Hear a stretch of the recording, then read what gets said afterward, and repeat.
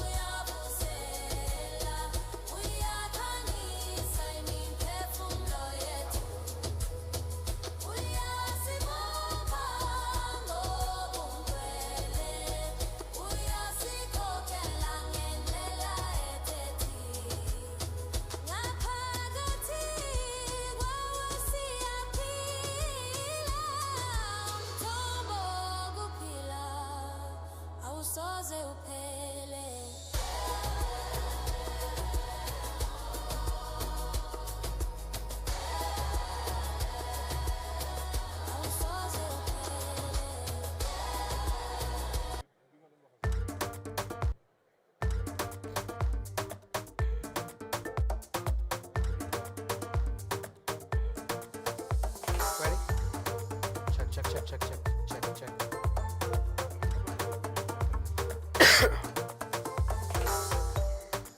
Check. Check. 1 2 1 2 1 2 1 2 1 2 1 2 1 2.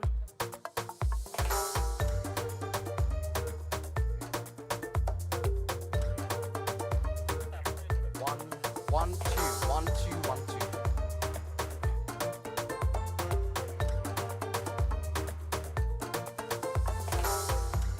Microphone check 1 2. No. Oh. 1 2 1 2 1 2. 1 2 1 2 1 2 1 2. Check.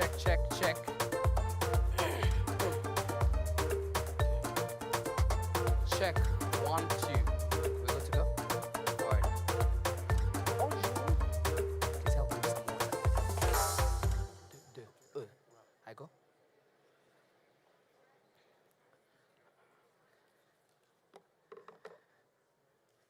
Ça va? Bon? Good. Bonjour. You already know, if we don't have energy, we don't start. Bonjour. All right, first things first. The room feels nice, the energy feels good, but we want to quickly check which country has left to go back already. They say Nigeria know they carry last, but I don't hear any Nigerians in the house. Okay. Wait. We'll do it well. If you hear the region that your country is from, just shout. Okay? All right. West Africa. Is Northern Africa in the house? Northern Africa. Excuse me, please. Is Northern Africa in the house? All 7 of you, fantastic. Is Central Africa in the house? My people in Burundi, Rwanda, they don't know Africa, lo East, lo Central. Is East Africa in the house?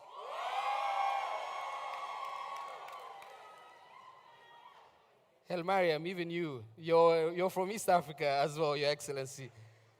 Is Southern Africa in the house? Who did I miss? Anyone visiting the continent, are you in the house?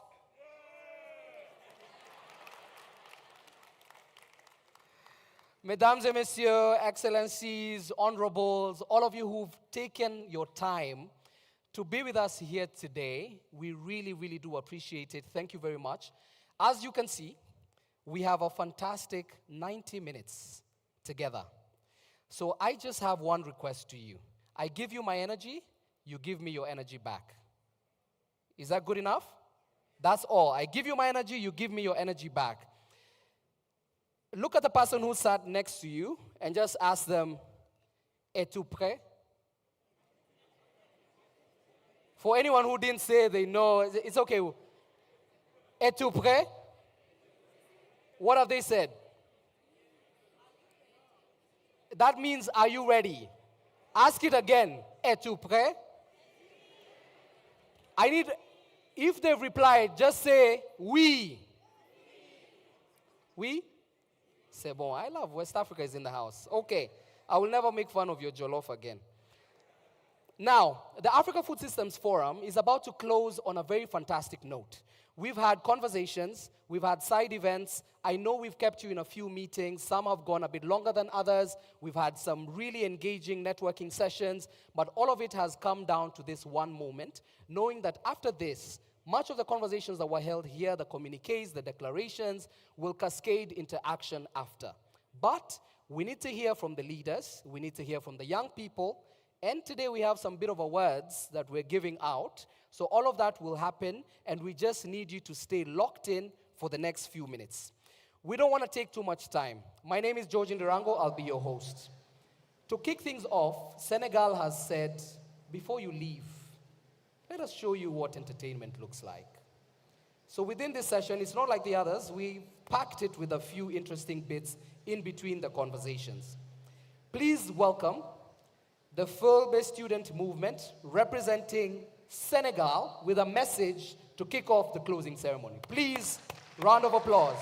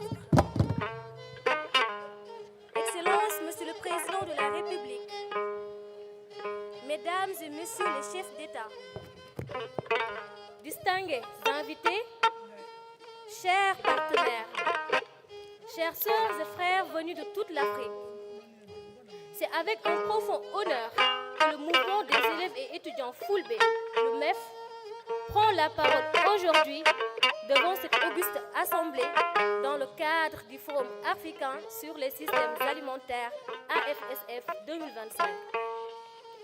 L'AFSF n'est pas seulement une rencontre, elle est une plateforme historique, un lieu où se rassemblent des milliers de voix venues de plus de 90 pays pour penser, rêver et construire ensemble l'avenir alimentaire de l'Afrique. Nous, jeunesse sénégalaise et africaine, sommes conscients que l'indépendance politique n'a de sens que si elle s'accompagne de la souveraineté alimentaire. C'est pourquoi, à travers notre mouvement, le MEF, nous avons choisi d'élever nos voix au cœur de ce forum continental. La prestation que vous allez découvrir n'est pas un simple spectacle. C'est une déclaration symbolique et poétique portée par 10 filles du MEF.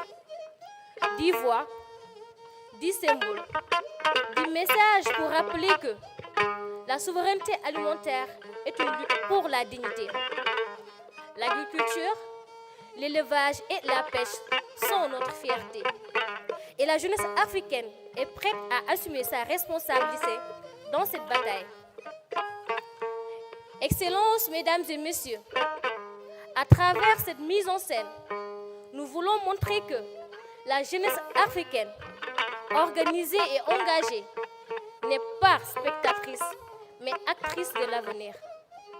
Nous dédions cette prestation à l'AFSF qui nous offre l'espace de transformer nos idées en action et de bâtir une Afrique qui nourrit ses enfants. Accueillons ensemble, avec ferveur et dignité, les filles qui viennent, au nom de la jeunesse africaine, vous lancer un appel vibrant pour la souveraineté alimentaire.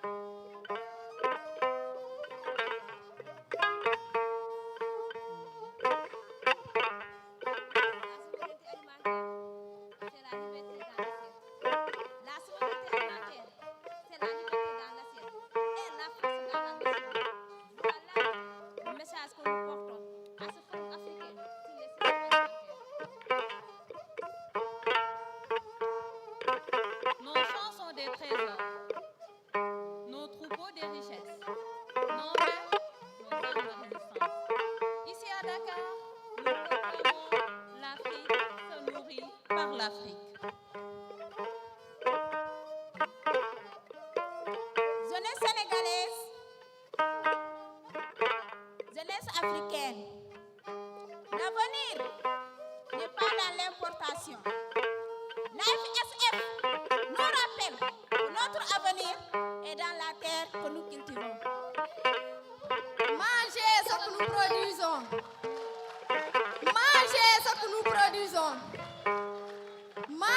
ce que nous produisons. Nos grands-parents ont nourri des générations.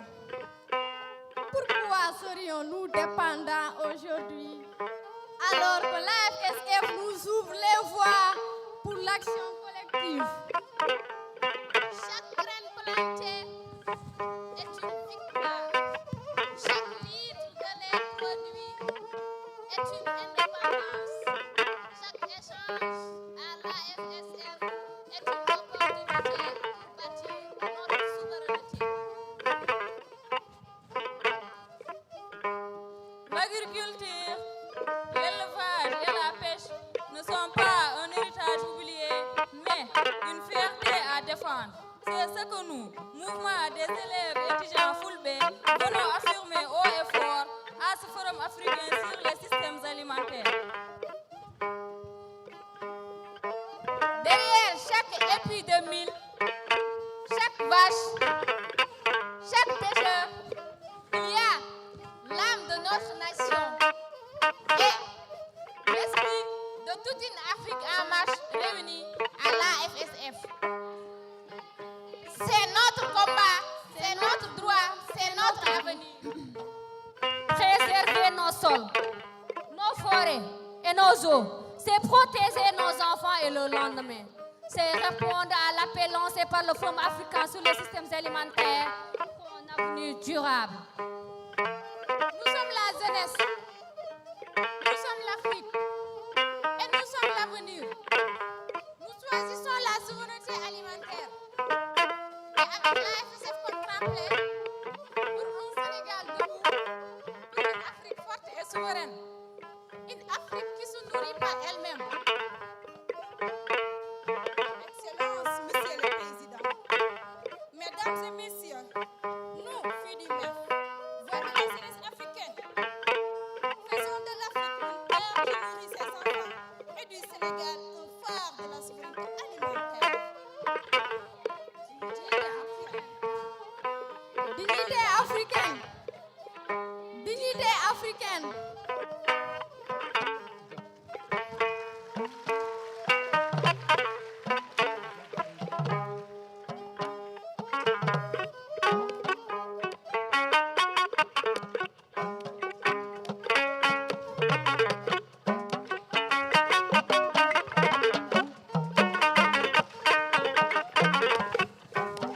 Dans une quête de dignité et d'identité, l'Afrique se relève le poing serré.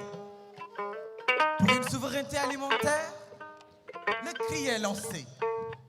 Non pas une option, mais une nécessité. Car trop longtemps, on a baissé la tête devant ces marchés et ces tempêtes de dette.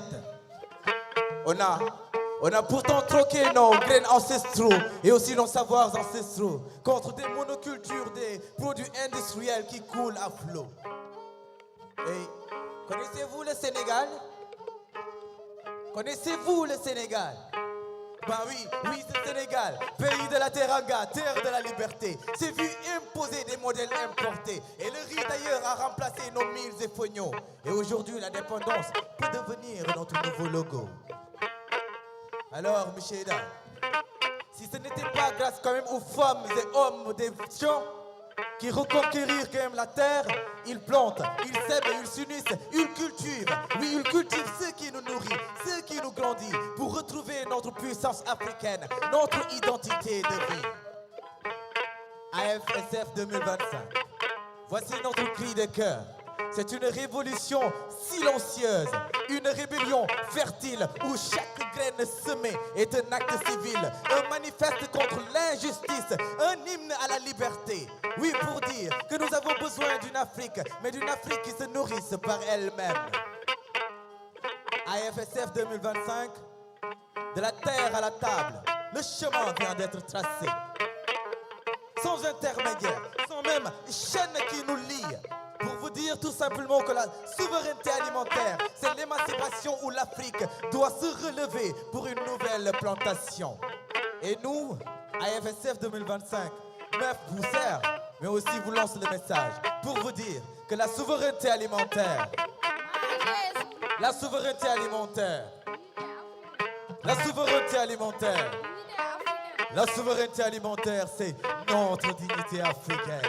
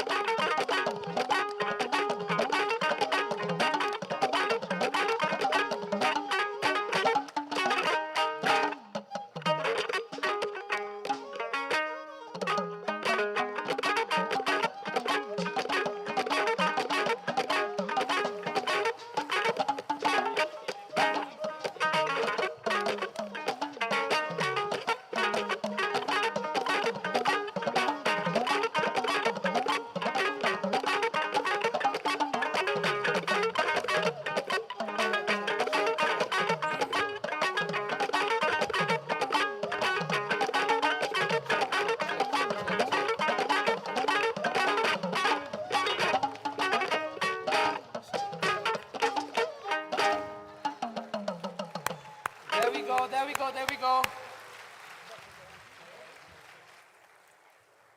Nous avons besoin de plus d'énergie. We need more energy exactly like that, right? Let's keep it going one more time.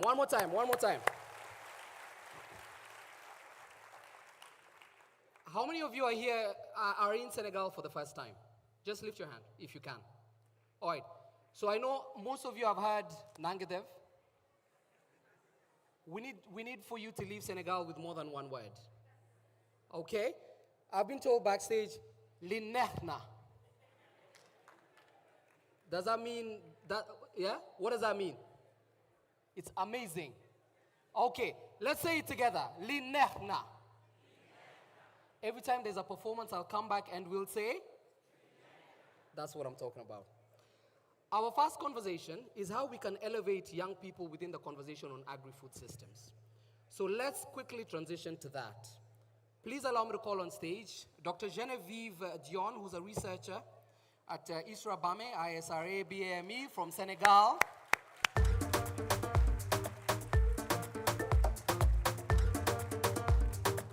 Ms. Stella Kimani is a senior manager in policy at Food for Education. Ms. Stella, are you in the room? There we go. Mr. Nana Kusi Apia, who's a co-founder of Ghana Fat Limited and a MasterCard Foundation, a scholar alumnus.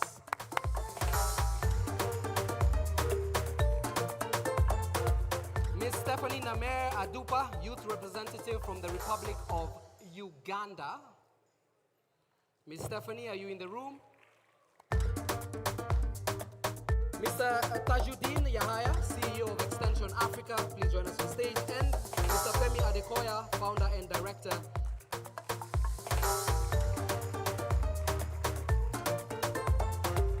Founder and director of Integrated Aerial Precision.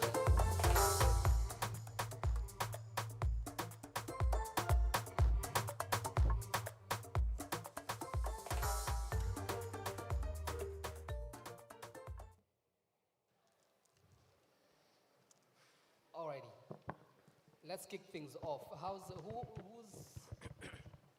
Could I please get one more device? Mon français n'est pas les millions. S'il vous plaît, permettez-moi to wear my translating device. C'est bon? All right. C'est bon. Okay. Can we just please start off by recognizing some of the most phenomenal people on the continent just so happen to be young people, and they're all on the panel today, please.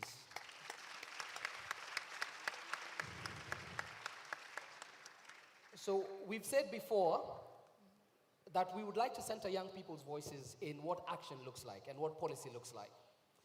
We'll kick things off with Dr. Dion, right? Yes. We often talk about building a ladder for young agripreneurs.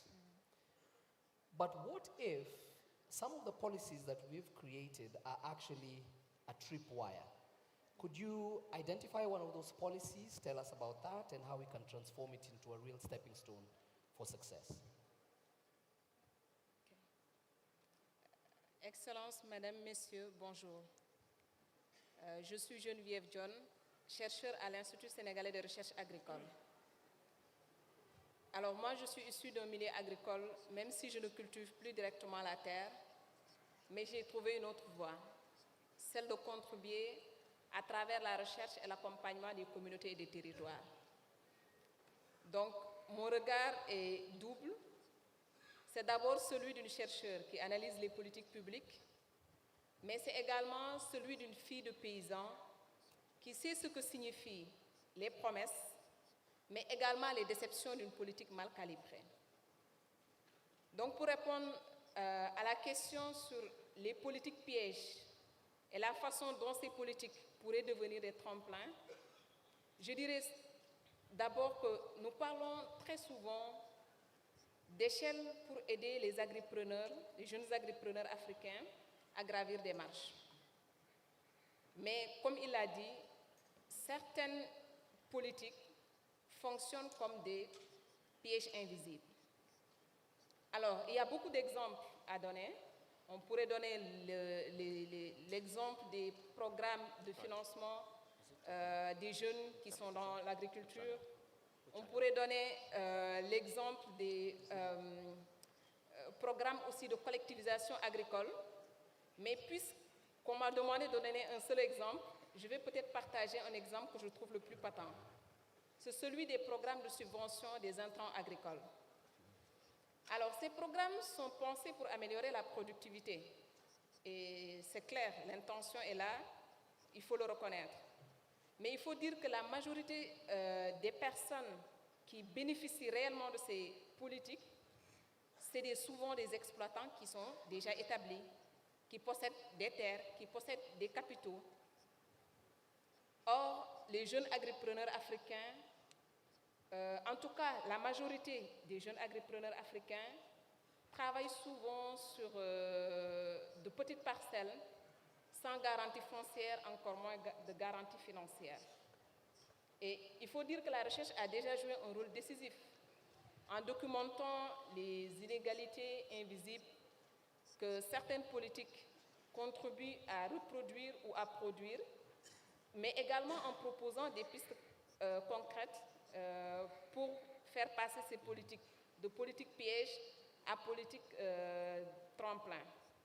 Donc, si on se réfère à une étude menée au Malawi sur les programmes FIS, cette étude montre que bien que les jeunes ne soient pas officiellement exclus des programmes, on remarque qu'ils sont plus susceptibles de bénéficier des intrants que les exploitants plus âgés.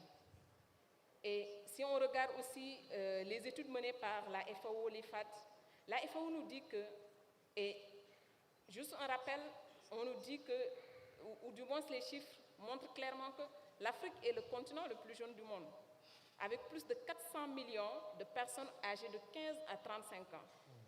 Et la FAO nous dit que seuls moins de 10% des jeunes vivant en milieu rural ont accès à de la terre, ont un accès sécurisé à la terre. Et l'IFAD estime à moins de 5% les jeunes qui ont accès à un financement agricole. Donc vous voyez que ces politiques, au lieu d'être des tremplins, reproduisent des hiérarchies générationnelles et renforcent l'exclusion des jeunes. Mais ces politiques peuvent bel et bien passer de politiques pièges à des tremplins. Il faudrait juste des transformations. Il faudrait que ces politiques soient repensées avec des transformations majeures. Je vais en donner quelques exemples.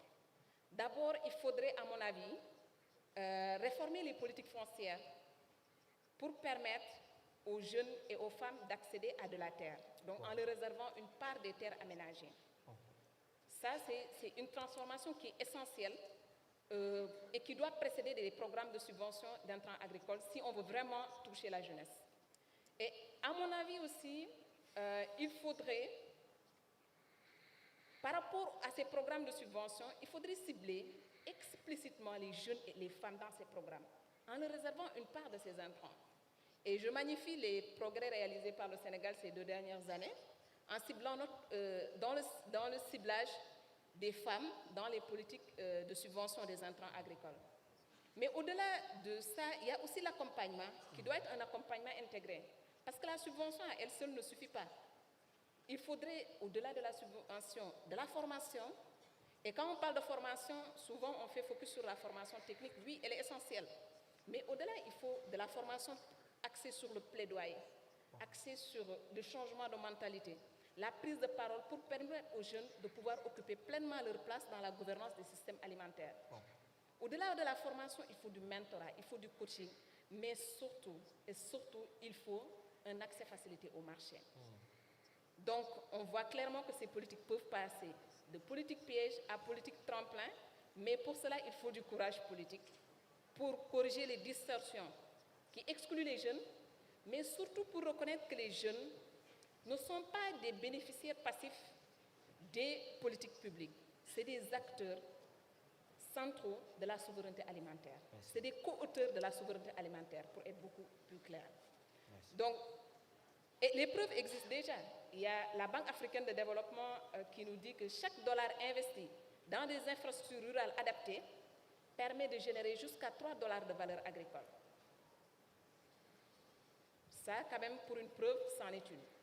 Et il y a beaucoup d'autres preuves qui sont là, sur lesquelles on peut s'appuyer, que la recherche a déjà fourni, pour montrer que certaines politiques ne fonctionnent pas parce que les besoins réels des jeunes ne sont pas pris en compte.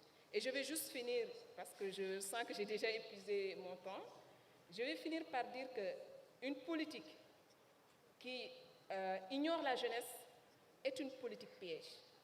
Une politique qui l'inclut, la valorise, la sécurise, peut devenir un véritable tremplin vers le succès. Et à mon avis, c'est à cette condition seulement que l'Afrique pourra transformer son immense jeunesse en moteur de souveraineté alimentaire. Je vous remercie.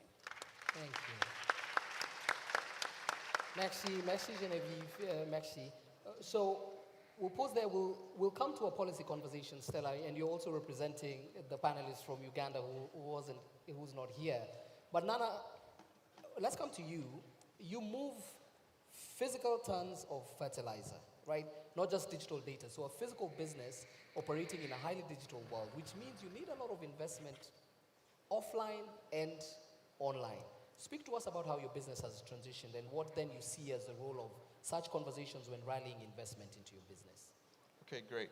So the issue of digital data, technology, and then when it comes to the production sector, it's something which is very, very mind-boggling, I would say, because these days investment opportunities are gradually moving away from production centers. We are getting into the age where data, AI, technology is at the core of every business. But then one thing we are forgetting is every day we eat. Have you eaten? Exactly. Every day we eat. So instead of us looking at the opportunity to empower these small businesses who are in the production sector, especially in the agri-food space, we are all transitioning into the tech space as well. Now, one thing I've realized, I don't know if we have any production business that has been able to raise funding more than $10 million in this room. I mean, we have amazing young business here. How many of you in the production space has been able to raise more than $10 million in funding? How many? How many of you have raised more than $10 million in funding? You'll be surprised.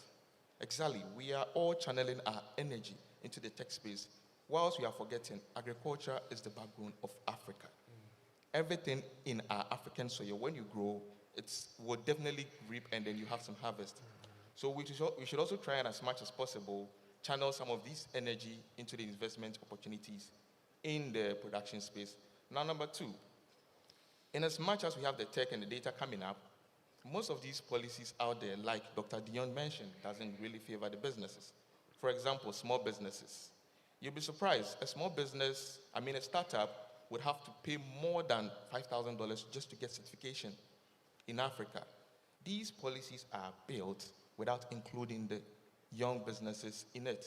They are built for the likes of the big businesses such as Dangote's. I mean, what about those coming up, like the likes of Ganafits?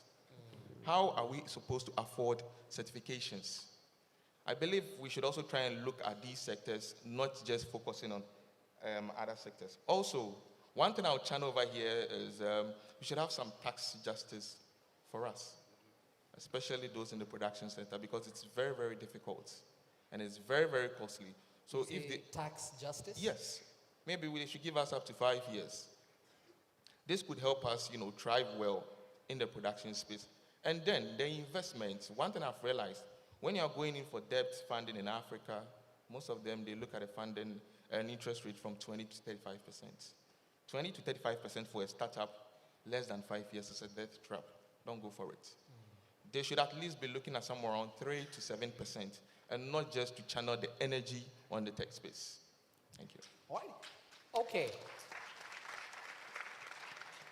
Let me jump and come to Femi, because there's some conversations that have been mentioned here, especially on data. So you use drones to capture some fantastic farm data, really revolutionary. But that's essentially for one organization, 2 organizations, 3. But we have the potential to really transform the entire sector. So how do we use that to then address some of what Nana has mentioned, insurance, policies, good credit, all of that? Just let us know where the synergy is. Okay, yeah. At Integrated Data Precision, we use drone technology to collect data. Please speak closer to the mic. Yeah, okay. To collect data, gather data, particularly for production, helping farmers to take actions that are data-driven and optimize their profitability, or perhaps empower them to be resilient, climate change or whatever shock. Right, and talking about individual data, yes, data is a new oil, no doubt about that, but until this data is refined and processed into insights that the farmer can take on, to take action, it's not valuable, but it is actually something that has a potential.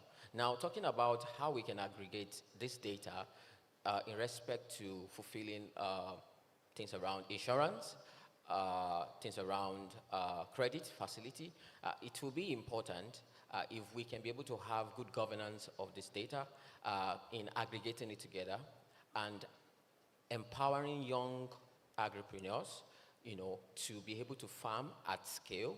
And not only that, this data can empower them or the government to sort of have a surveillance on when there are disease outbreaks, right? And this could also help to mitigate problems or challenges that these young farmers or smallholder farmers, face on the field. And not to add to that, in terms of financial credit, if we are able to collect data, be it from drone, satellite imagery, this can empower financial institutions to be able to know the record of each farmer. How is this farmer following best practices on the field?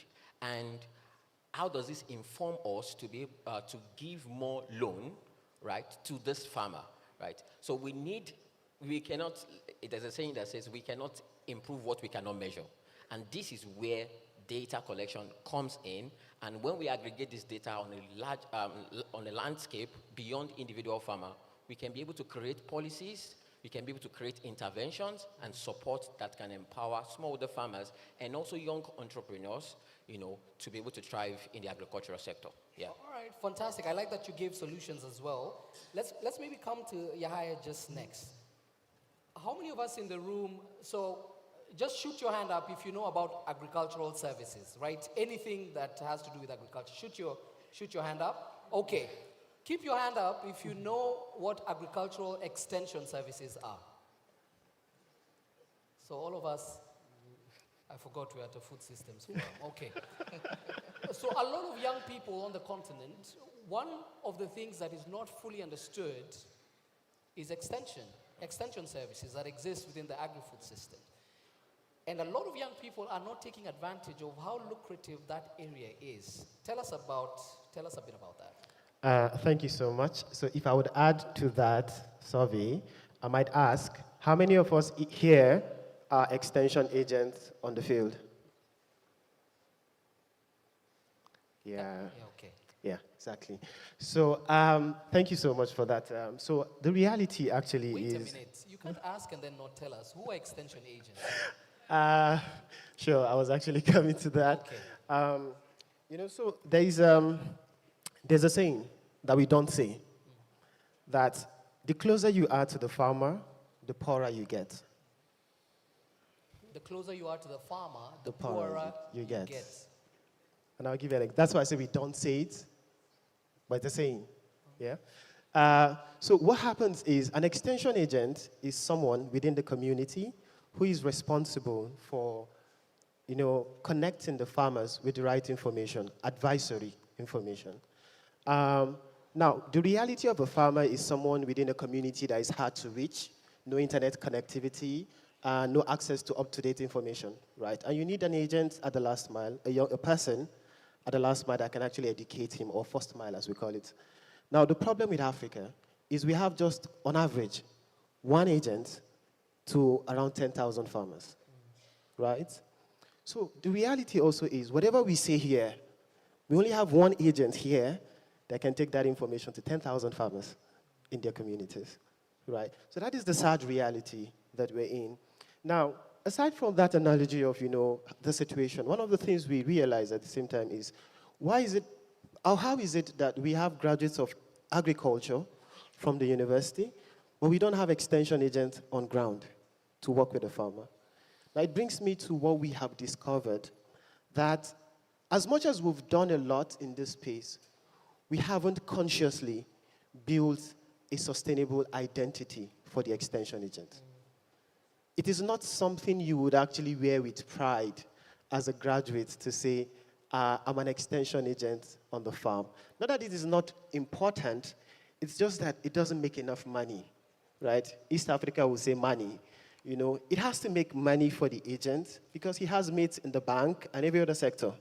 But the agricultural space, when you look at an extension agent, he earns lower than anybody, right? So if we want to really solve extension and make it attractive to the young people here, they would attest with me, let it make sense, let it make money, and they would actually be at the last mile. Okay. Now, the second thing we also see happening is that, like I said, there is no brand identity. Now, I can buy an iPhone over a Samsung because there's an identity to an iPhone. But there's no identity to an agent. We can call them so many things. Village-based, now even from the name, just watch it. Village-based, community-based, like so many nomenclatures, right?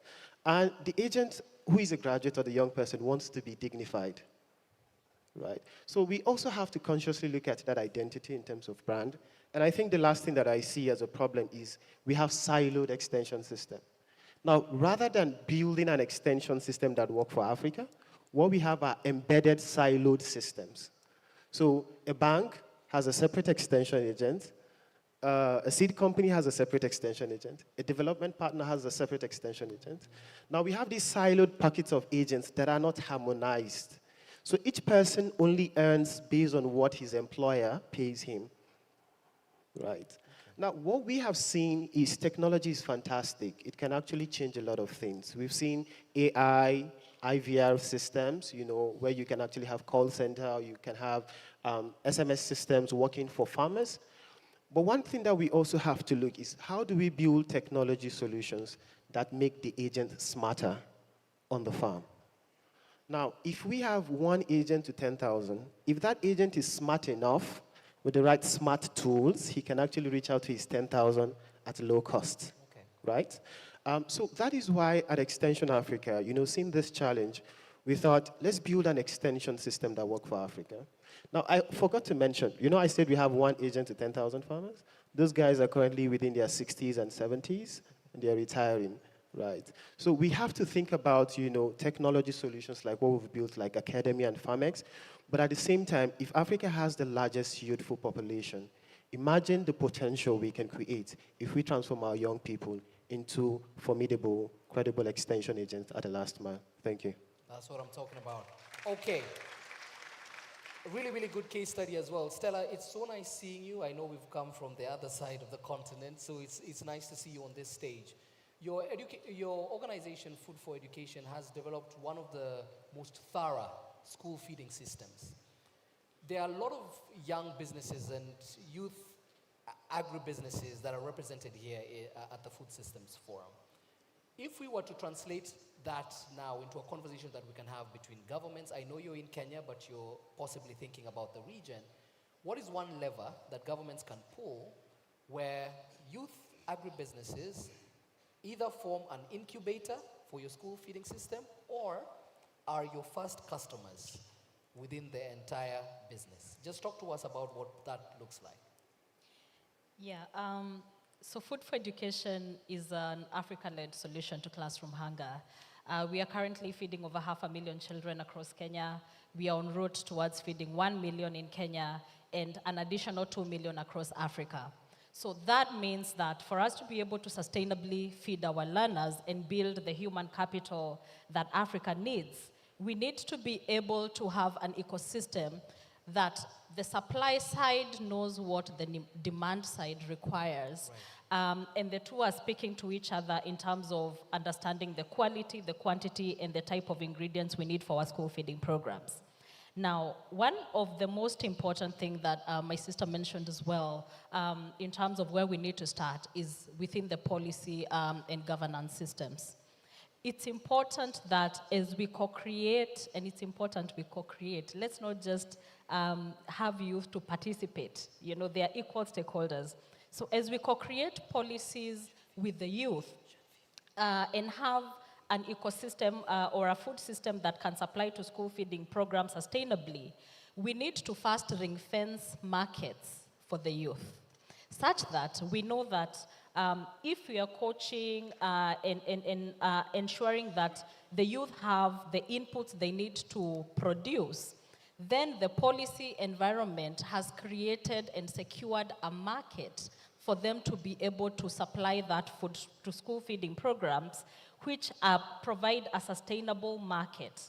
Imagine if every African government represented here today ring-fenced even just 20% of public procurement to go to the youth and actually action and make sure that they are paid on time so that then they have the capital that they need to continue to produce and to supply.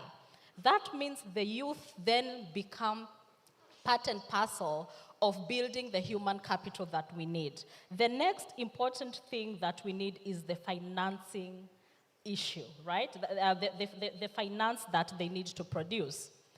Farmers, the youth farmers don't really have collateral that banks will ask for them to have secured loans, right? So that means that philanthropy, the donors, the private sector, we have to come together to create incubation centers where the youth can be supported to pilot ideas and continue to iterate and scale these programs, not just projects. Our current financing ecosystem is very project-centered. And unfortunately, you cannot sustain school feeding programs or any public food supply system using a project, because a project has a lifeline. You know, it's either 2 years or 3 years. And by the time you're creating or establishing an incubation center to actually provide a solution, the funding is finished. Yeah. And that means if donors can come together and, you know, provide the financing that we need to start, and then the banks and other financing centers can continue with the process of financing these systems, governments make sure that the aggregation systems that are required and insurance systems that are required to de-risk the agriculture sector are actually in place. It means that then we can create a sustainable ecosystem where the youth can sustainably produce and supply to school feeding programs. Right. And lastly, we have to move. Most African governments actually have a certain level of ring fencing in their policies. Our biggest issue across Africa has been creating amazing policies, amazing frameworks that we just do not implement. I know my country, Kenya, for instance, has ring-fenced, production and supply for youth and women, but then we just don't see it translating to the impact, the economic impact that we want to see in the youth and the women. And that means that as we leave the AFSF this time, let's shift from making declaration and start tracking action. I really look forward to an Africa where we had the Kampala Declaration, we had the Maputo Declaration.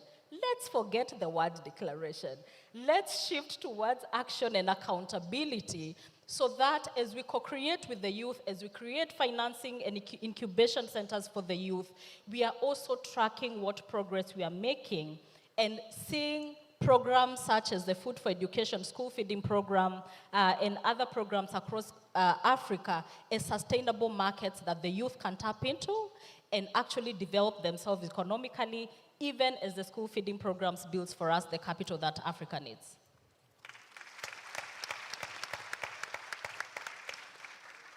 Ladies and gentlemen, we have to put a pause. I know we had hoped to continue the conversation, but we'll have to put a pause there so we can continue with the fantastic work that we're doing with the closing ceremony. But do you see what happens when you put young people in conversations and policy, that actual clear solutions, very practical. So just one last time, one round of applause to the panelists.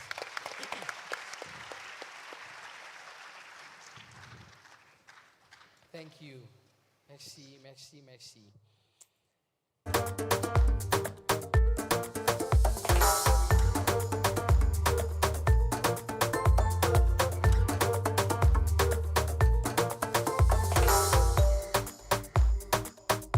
All right. We would like to get into celebration of African entrepreneurs and give out some awards. But before that, we told you that we'll keep everyone as engaged as possible. Please allow us to call on stage for a super special performance, the extremely talented Saint Michel Kids Choral. Please, round of applause.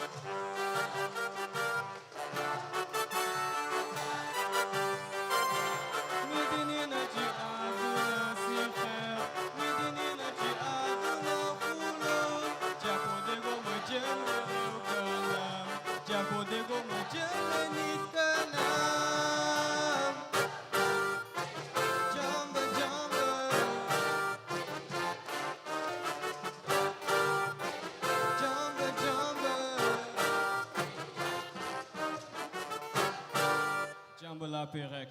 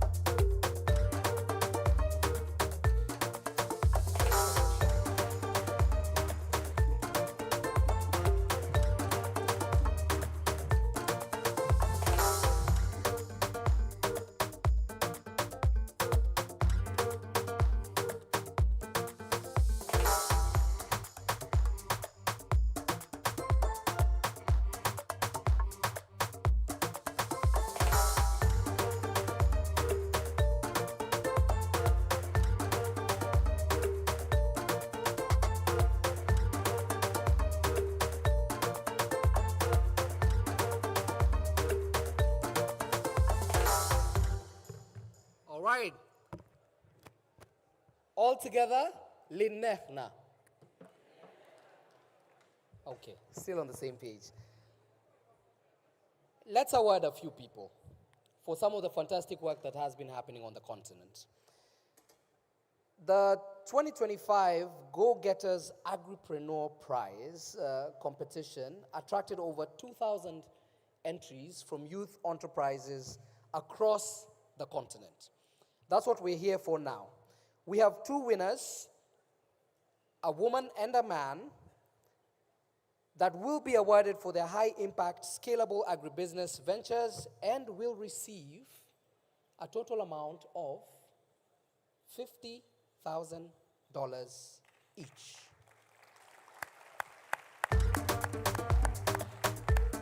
$50,000. Huh? $50,000. Yeah, all right. Just in case. But they won't get it here, so you can't stop them on the way out. Okay. To give the awards, please allow me to call on stage Ms. Alice Ruheza, the president of AGRA. Round of applause, please.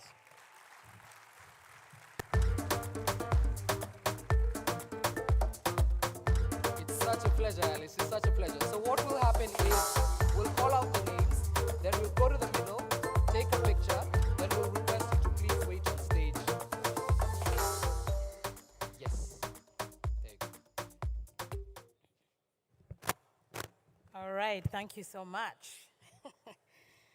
So, the female grand prize winner of the Go-Getters Award is Nagla Mohammed P. Vita from Egypt.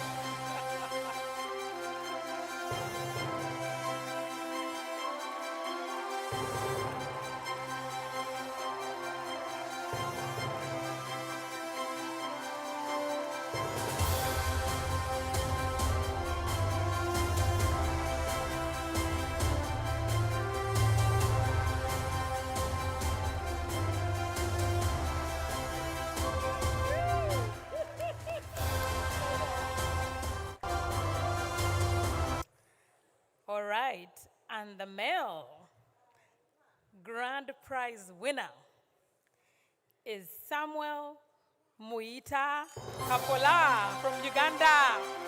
From Uganda.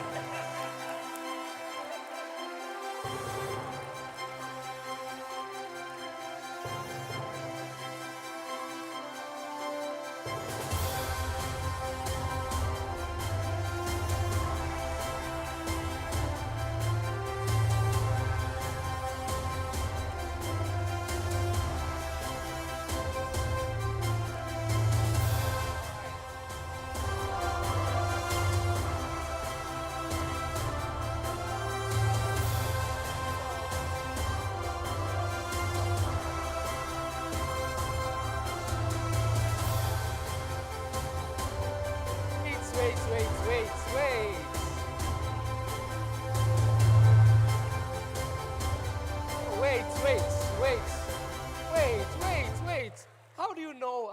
know it's the actual? How do you know? Wait, please open so that we know it's actually you.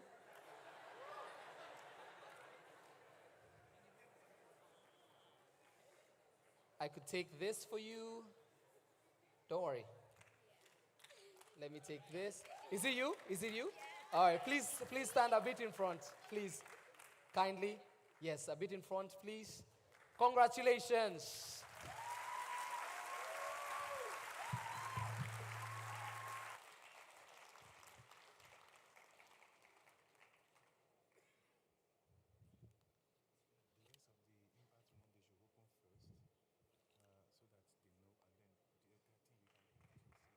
Sorry? For what? Yeah. All right. Yes, we kindly request you to please stand on the other side of the stage because we'll call you with all the winners to take a picture.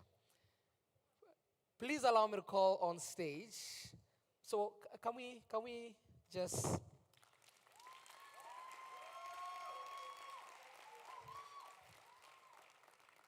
Phenomenal. Okay. Please allow me to call on stage Ms. Atsuko Toda, who's the Senior Director for Entrepreneurship Development for Pan-African Programs at the MasterCard Foundation.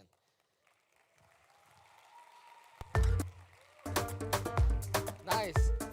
Thank you. So for this one, what we're going to do is we pull them out and we call them fantastic. Atsuko, over to you.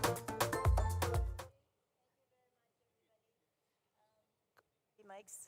Okay, thank you, Georgie. Thank you, judges. So I have 4 names here. Suspense, suspense, suspense.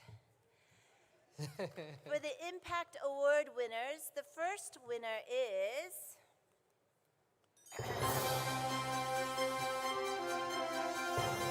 Daniel Wa Mukina, Dasexal from DRC.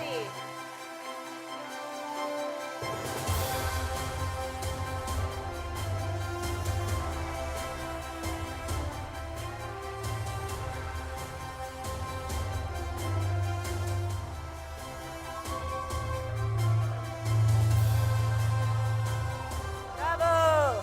Okay, the second winner is Faisal Abdul Wakil Millennium. Faso Élevage, Burkina Faso.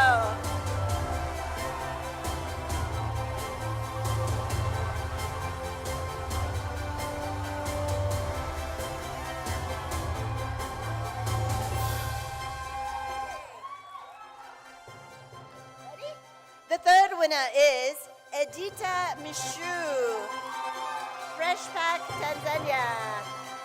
Yay!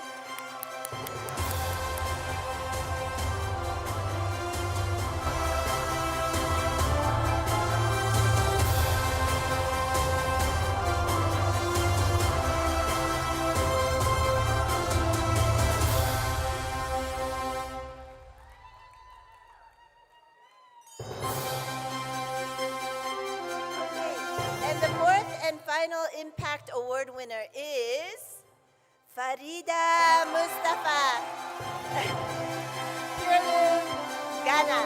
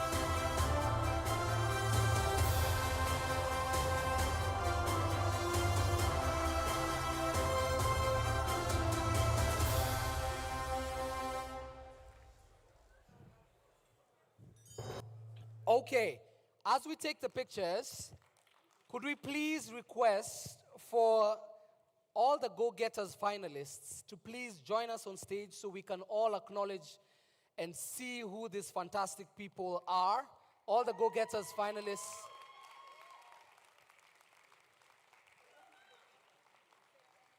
Yes.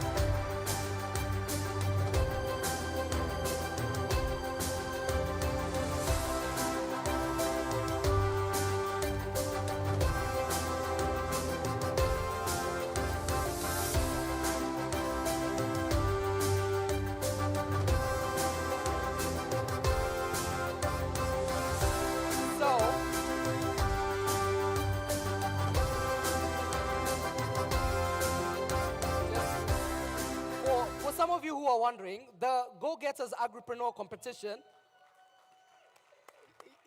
Who's that? Okay. The Go-Getters Agripreneur Competition really just seeks to identify and support the most innovative and the most promising agripreneurs on the continent. The competition is open to all African entrepreneurs between the ages of 18 and, where some of us might have crossed, 18 and 35, who have innovative ideas for agricultural businesses. So the competition offers $50,000 to 2 entrepreneurs, 1 woman, 1 man, and the winners also receive mentorship and training from experienced agripreneurs. All of the people on stage, as much as we've recognized and called out the winners, are all winners in our eyes. So let's please give a big...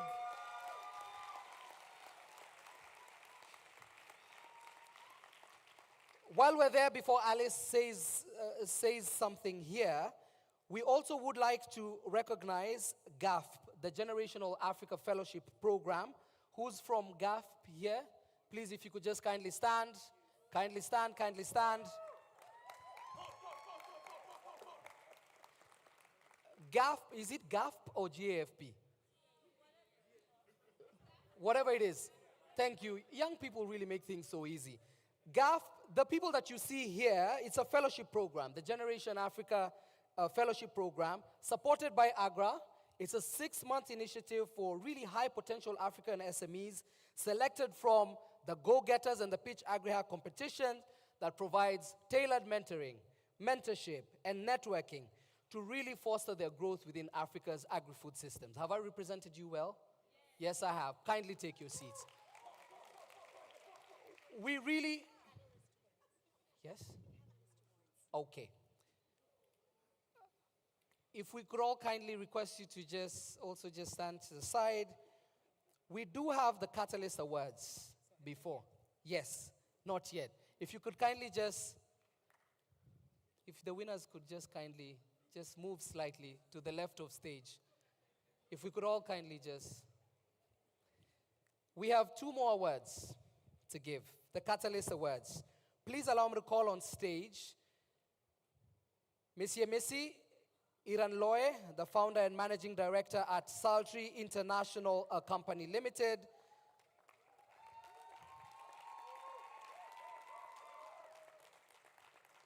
And Dr. Dauda Ndao from Haifa International to give the 2 last awards.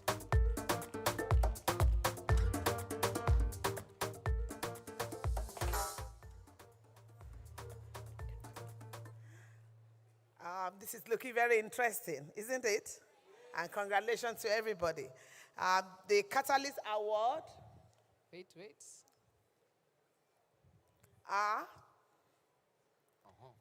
Kiddish Ahmedi.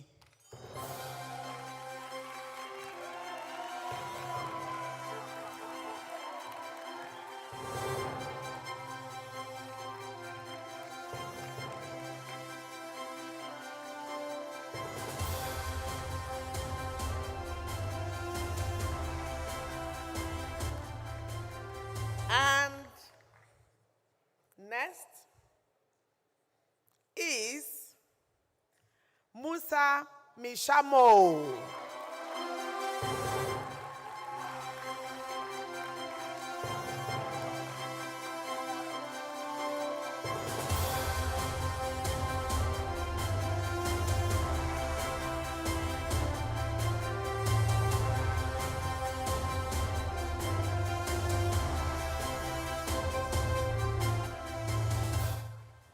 Next to him, not in any other, Hazim Atawa.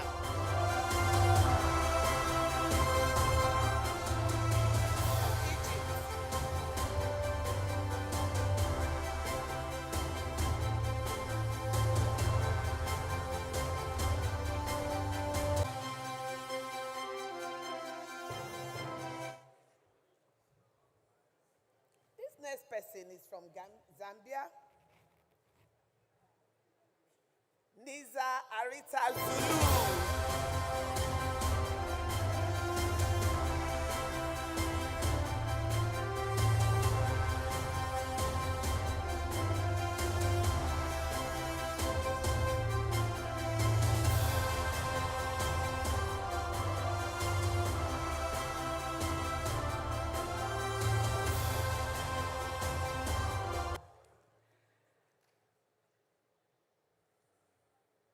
Can you guess who is next?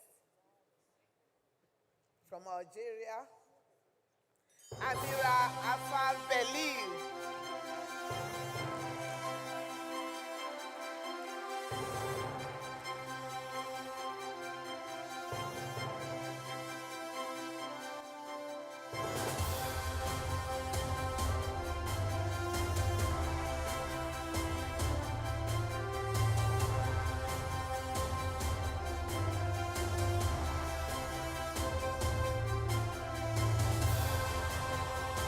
Well, this next person is from Nigeria. Ajibike Olawale.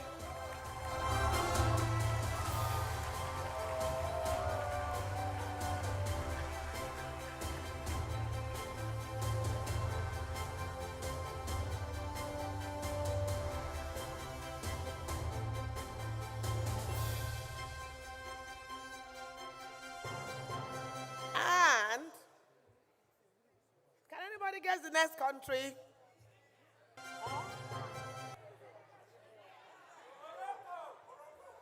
Okay, Morocco. Amin Del.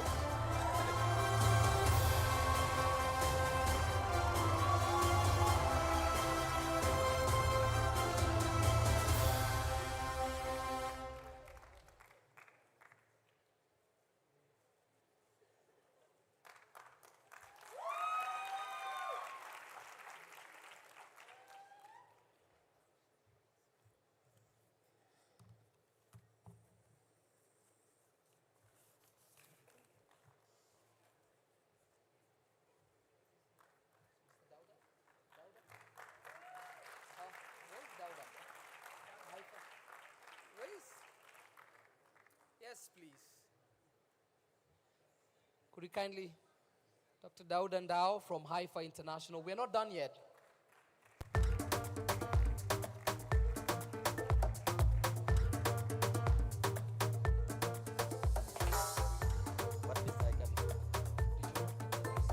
Okay.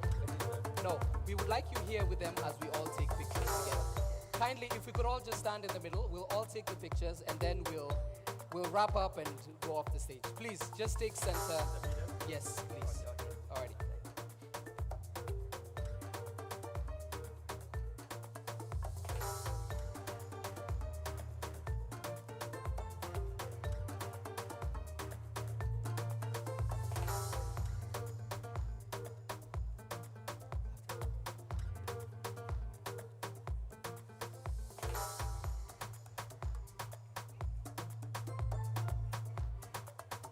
Would the winners please like to join? Now we take one final picture. Kindly join. Yes, please. Yes, please. So, ladies and gentlemen in the room, this is the future of the continent.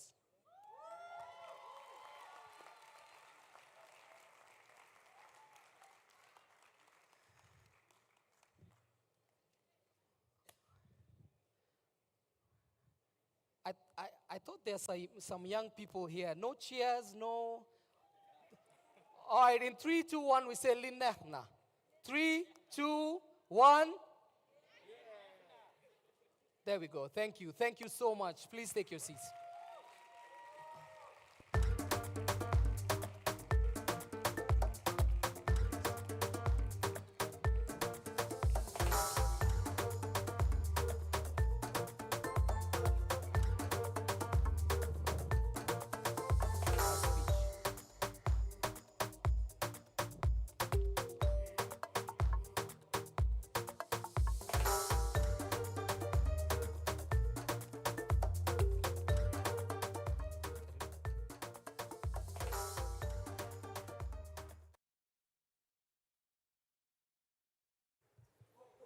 I don't think this is on. Oh, it's on. All right.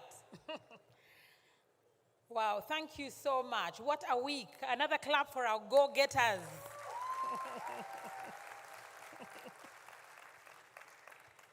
I mean, the youth have really been the soul of this forum, haven't they? Yeah, they've been at every stage. They've been speaking with honesty and vision. If you haven't been to the Youth Dome, you really missed out. They have shown us that they are not just the future, but they are the present. So, we come to the end of this, I would like to say a few words of thank you. First, allow me to thank again the government and the people of Senegal for being such wonderful hosts. Honorable Mr. Mabuba, when you and I met in February, we were all new and we said this was going to be our coming out party. So, we've done it, haven't we?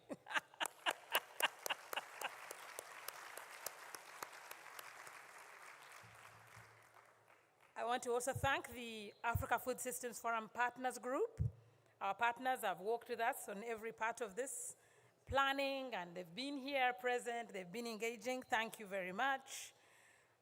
The Africa Food Systems Secretariat, led by Pate. Pate, where are you? Pate is not here.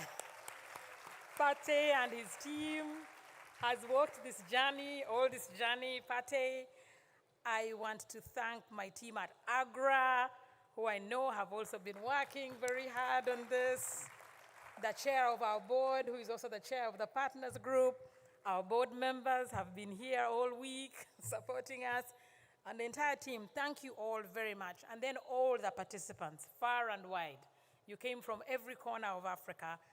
I mean, you exhibited, you spoke, you organized. Thank you so much. This has been amazing, amazing forum.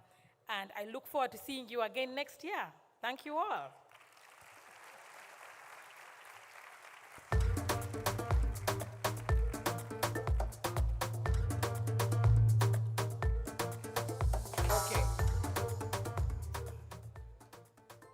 All right. So I don't know whether you're starting to now hear what we're doing. We're getting to the closing, right? So thanks to the president of AGRA, Alice, for kicking off the session on us now wrapping up the forum. Next on stage, we have Mr. Amath Pate Sene, who's the managing director of the Africa Food Systems Forum. Let's keep it going. He's the reason we're here as well.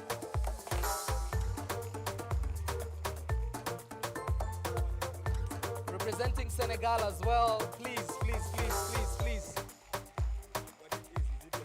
The communique. No.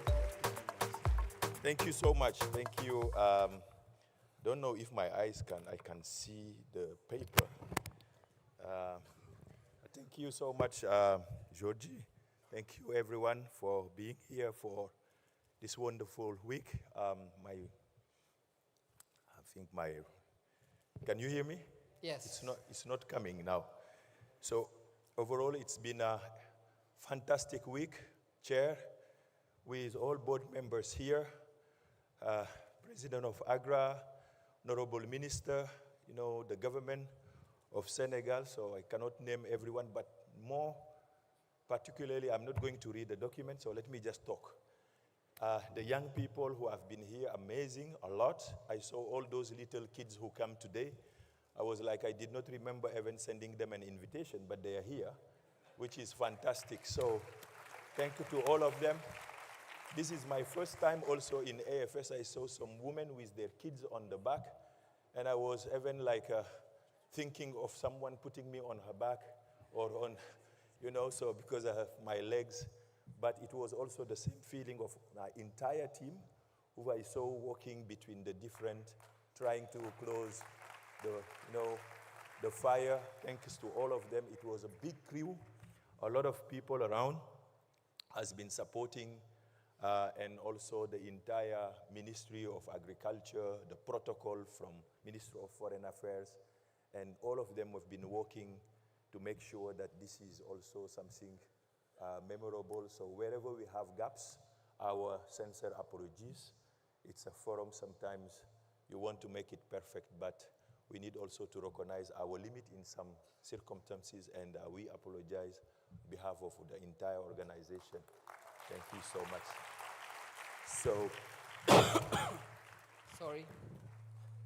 So this forum is not just really a gathering, it's a journey for all of us. And our heart is we want to feed our continent. We want to create jobs for young people. And I think this is on the agenda of everyone. And that's why this week we had more than 6,000 people. And some we even give them like a bracelet. We don't know how many there were, but you couldn't also from a Teranga land to say people go back. So there is reality, and we have also to handle reality and let some people come at the end. So pretty much sure the numbers are more than what we can. So many people who came here, it was, two head of state were here at the opening, having a strong conversation, frank, direct with young people. And I wanted to share the story of Fahima from Djibouti. And just to tell you how the power of connection, how it can transform and change, a situation. She just wrote me on LinkedIn some times ago. And then sometime I respond, sometime I'm overwhelmed. And I responded, how are you, what do you want? I want to attend AFS. Okay, welcome. Yes, but I want to attend. And then say, okay, good. We'll do our best to bring you to AFS. And I miss the edition of Rwanda. And I sincerely apologize to them. So, and when I say yes, sometimes it's like really a signature. I did say in Senegal, you will come. We did our best, and she was coming, and we bet on her. I really bet without meeting her. I have never met her. I've never called her. We never exchanged even on WhatsApp. And we say we will put her in the presidential because she said she has a farm. She's doing something. I checked quickly her video. I say, let's put her. It's inclusivity. It's a woman. And I was extremely pleased to see her here talking to this head of state. So yesterday, despite I was really tired, she wrote me and said, we haven't met yet. Before I leave, I want to meet you. We met outside, and I don't know if she is around. She just told me, I got more than 1 million views on my platform, and many people calling me from my country. And then I say, we were laughing, and I say, I hope you will be the Minister of Agriculture soon. This is not against the Minister of Agriculture, who is doing a fantastic job there, but it's a wish to her to become also something and lead this. And it's my wish, and we had also many head of state, former head of state, 6.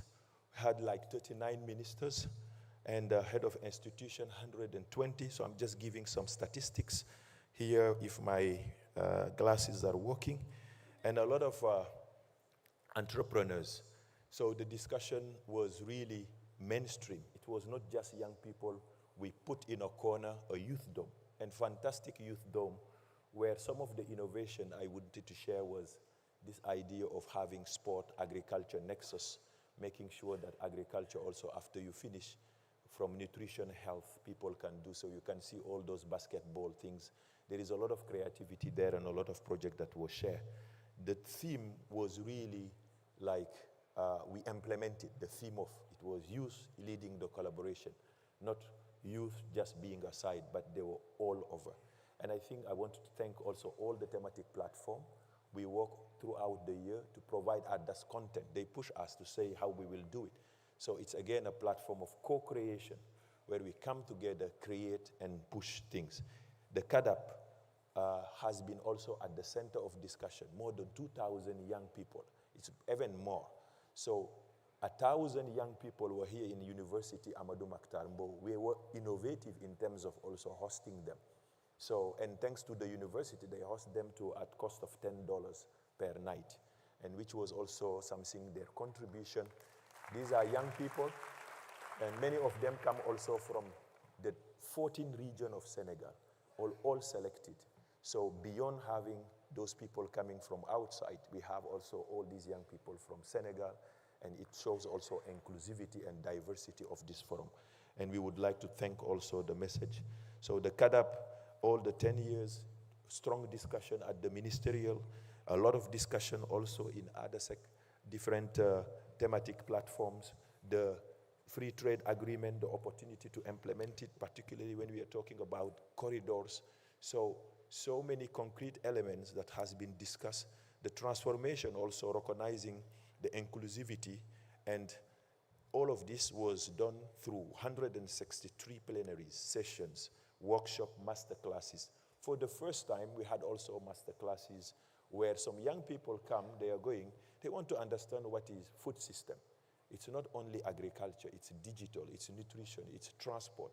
So many of those things connecting together to lead and bring you the food on your table sufficiently with the nutrition, but also at the cost. So I'll just end by saying, for the first time also ever, we have Agri-Food Expo. I was very much amazed by some of these breed. I left Senegal, it's 27 years, it's my 28th year. I'm back, I see this kind of breed, and I'm advocating for this ladum, that sheep, which is extremely beautiful. And some of our colleagues who are here from UIA are talking about how can we get these breeds. So this is the platform where also on not just receiving from Africa, but we are exporting also what we have the best. And it was also at the Expo Center where all these innovators, we were inclusive in bringing MSMEs. It was conceptualized, we implement, and we delivered. And I'm extremely happy to say that most of those setup that was done there was done a Senegalese company called Dimension. We had doubt at the beginning, but I believe it was at the standard of International Expo, and I would like to thank them. They worked tirelessly for a month to set up this entire venue with local furniture. They designed it and do it here. So to conclude, with all this thematic platform who have worked, youth at the center, next generation, anything we are doing, I think we have to do with young people. So this is just a summary. I don't want to go into the long list. There was a lot of deal rooms. We have numbers, but I just don't want to be accurate. We will come back with like exact numbers, but so many deals. People also, we signed some memorandum of understanding. A lot of Ministry of Agriculture signed like a 12 kind of agreement. We signed an agreement with UIA to open up also doors of collaboration, a long list, which is here, and a lot of awards and recognition. Earlier, we got a glimpse and the summary of all these awards, and I would like to thank all these young people who are also bringing excellence and making also the others shine through them. All of them are shining. And again, thank you so much for being here. The communique will be available on our website. So I think I'm not able to read very well with the light, but again, thank you. And if you are not leaving today, there is tomorrow kind of visit Senegal. So destination Senegal, you have Gorée Island, you have the mangrove and the rest. So stay, enjoy the land of Teranga, and we are again here with extra energy to support you to visit. Come to us and we'll coordinate also the visit tomorrow. We have different routes if you would like to experience again Senegal for one more day. Thank you again, and merci beaucoup.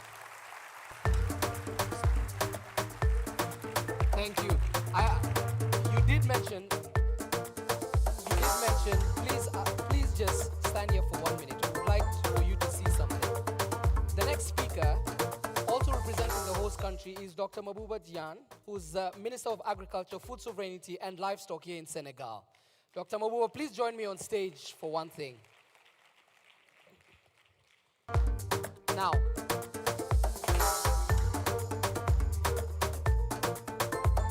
Pate has mentioned something. I would like for the two of you, especially since you brought the Food Systems Forum here and executed it really well, and Honorable. Is there West Africa in the house? East Africa in the house? Northern Africa in the house? Southern Africa in the house? Central Africa in the house? One more time, West Africa in the house? I really hope you're proud of what has been accomplished. Dr. Mabuba, over to you. Thank you, Pate. Thank you.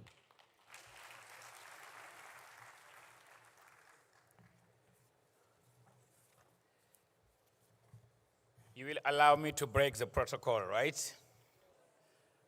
Alice, I want to invite you on stage.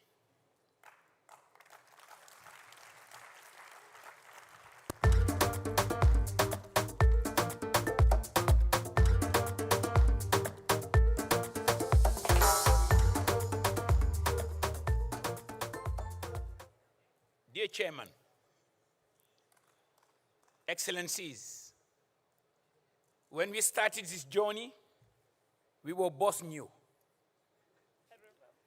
I just joined as the new Minister of Agriculture, Food Sovereignty and Livestock. She was just elected the new MD of Agro, right? And we both said that we're going to make the bet to make this edition an outstanding one.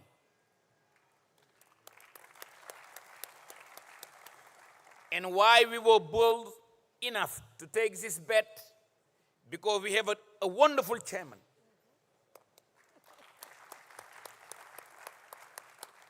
The first time I met the chairman, the first second I trusted that he can lead us, he can guide us, he can support us, and I know that when you have a good captain and you have a good team, you can deliver.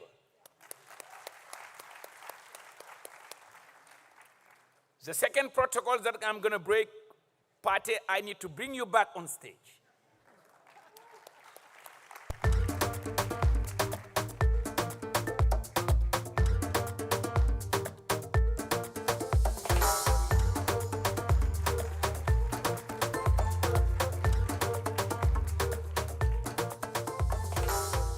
Chairman,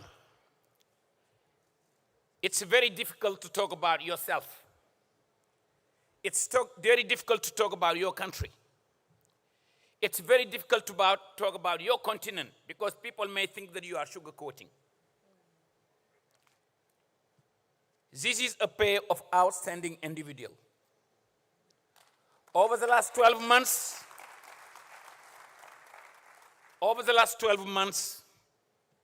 we have been working close to 12, 13, 14, and when the summit was approaching, we was burning 17 hours a day, 7 days a week, starting sometime from 4 o'clock in the morning.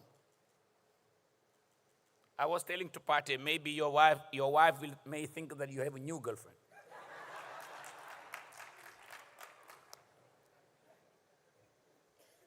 On behalf of the Senegalese people, starting from the Excellency, the President of the Republic, the Prime Minister, the government, the entire people of Senegal, the entire African people, all the international guests that have been present here, we are telling thank to Agra.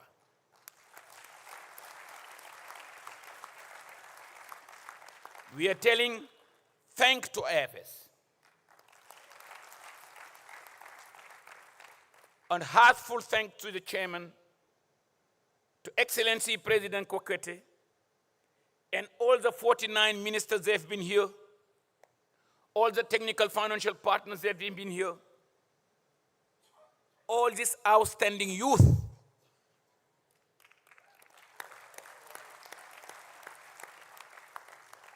You cannot imagine how refreshing it is to see these young people so expressive,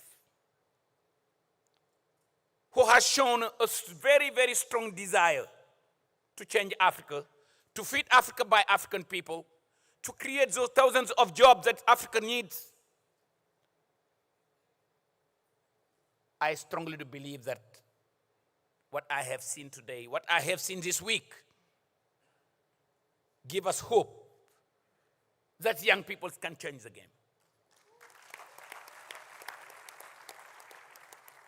I strongly do believe that the two accelerators that going to change Africa is youth and technology.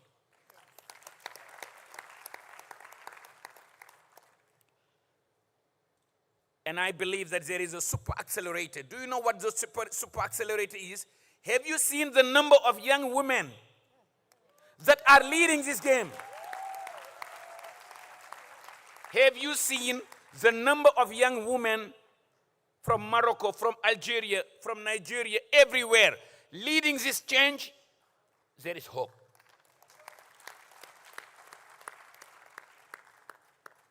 Please allow me to tell you that this closing session has given me to elect a new member in my cabinet. Madam, stand up, please. You. I had a lady.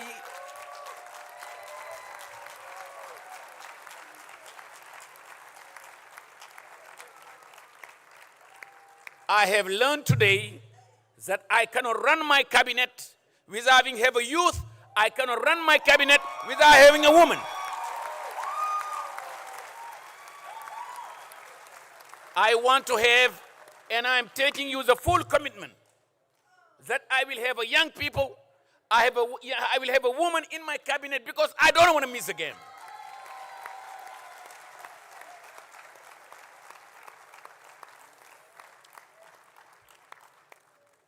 What a wonderful week. Africa is importing $70 billion to feed its people. Small Senegal is importing $1.4 billion to feed ourselves. What I have seen this week is giving me the strong confidence that we can do it. I would like to thank Excellency President Kagame.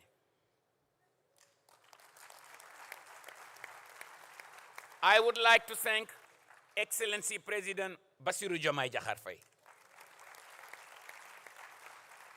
The outstanding performance they have shown in the beginning was the start of the forum. And Alice, we should be very proud to break the record of the 19th session. This is the reason why I call you on stage. But I am telling that you put yourself into trouble because it will be very difficult to beat Senegal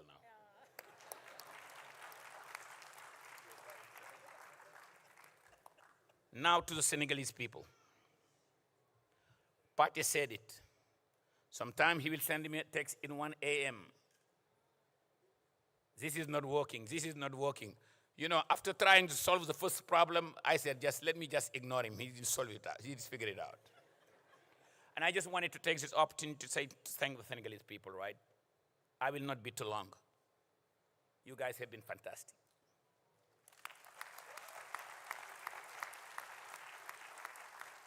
The very last person that I will call on stage before finishing is Bassirou Sonko.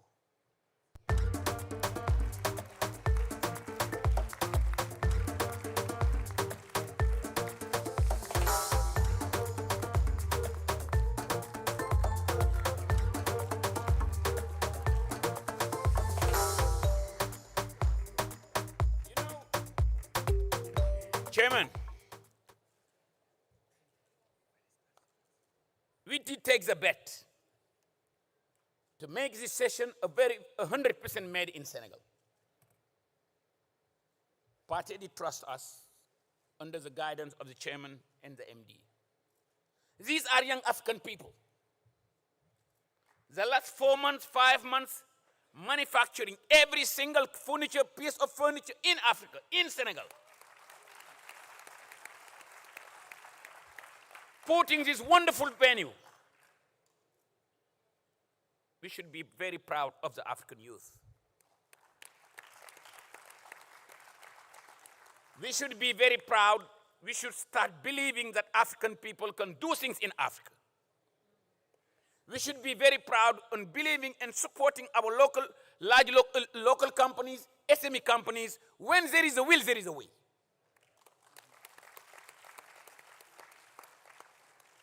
Basiru, you are giving hope to many, many SMEs in the country. You have done a fantastic job delivering this outstanding performance. On behalf of all these people, we are saying you congratulations. Now I am finishing by telling the youth.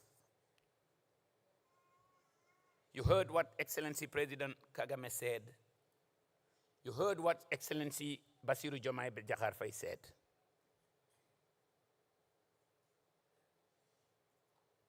You should take ownership of your destiny. It's very easy to say we don't have access to finance. It's very easy to say it's difficult.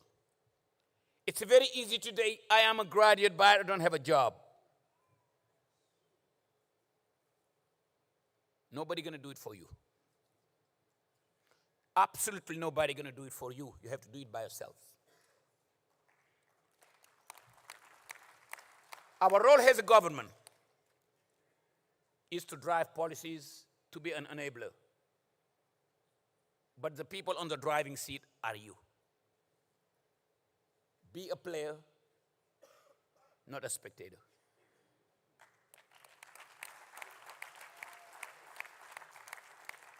What I can guarantee you, our government, you have seen what we have done the last 3 years, 2 years, 18 months on the job.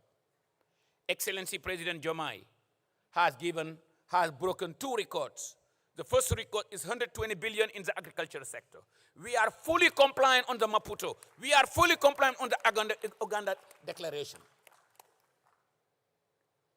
We are pushing the modernization of small-scale farming. We are pushing the amelioration, genetic amelioration. We are spending, we have one of the largest budget in the government. The Ministry of Agriculture, Livestock and Sovereignty, we have the largest budget in the government. And we are working very closely with all our stakeholders to make sure that we deliver. And thanks to all those technical partners, Bill Gates Foundation, FIDA, the World Bank, the African Development Bank, and all these wonderful organizations that are supporting us, of course, including AGRA, including the African Food System. So I really want to take this opportunity to thank you all. God bless Africa. God bless Africa. Thank you.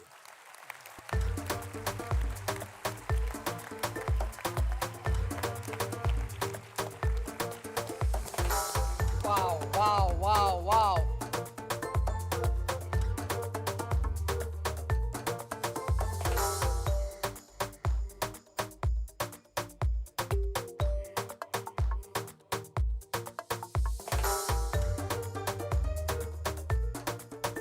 It's all right, you can keep it going, keep it going.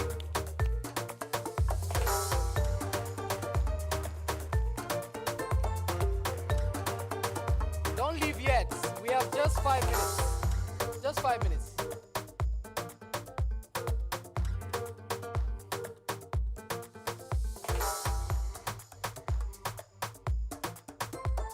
Okay. So we are almost at the close. We're almost at the close. A lot has been said by the previous speakers about what has happened. But you know what they say? It's only in God we trust. Everyone else must bring pictures and videos. So please, let's all watch what happened over the last few days at the Africa Food Systems Forum.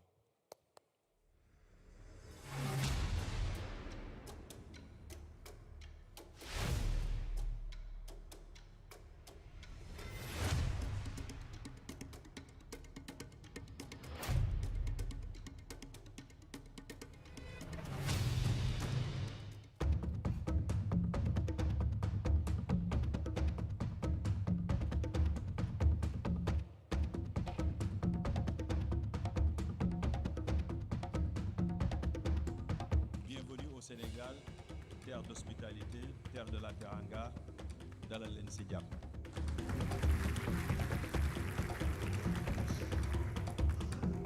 all of you stakeholders, governments, private sector, researchers and farmers is for us to unite behind the Kampala Declaration, behind the Comprehensive Africa Agriculture Development Plan. Nous sommes alors à un tournant décisif qui commande de mettre la jeunesse au cœur de nos politiques de développement. C'est toute la pertinence du thème de nos travaux, à savoir jeunesse, fer de lance de la collaboration, de l'innovation et de la transformation des systèmes alimentaires.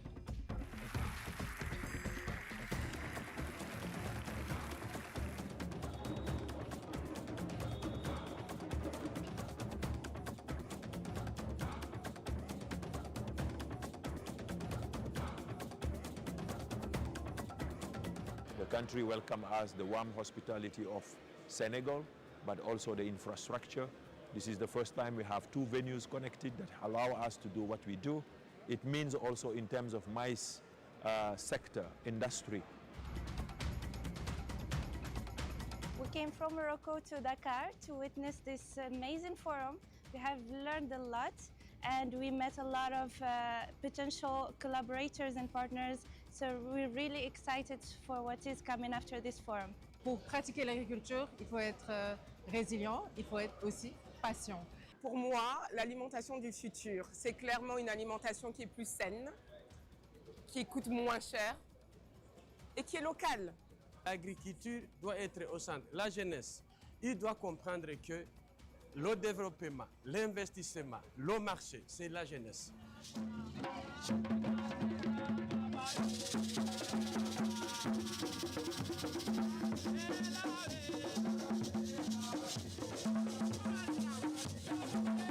We have also witnessed new partners coming from other regions. United Arab Emirates, we have also Asian countries, etc. This is a market where everyone can come and shop ideas, shop pipelines of investment, shop ideas in terms of policy, shop ideas in terms of business environment.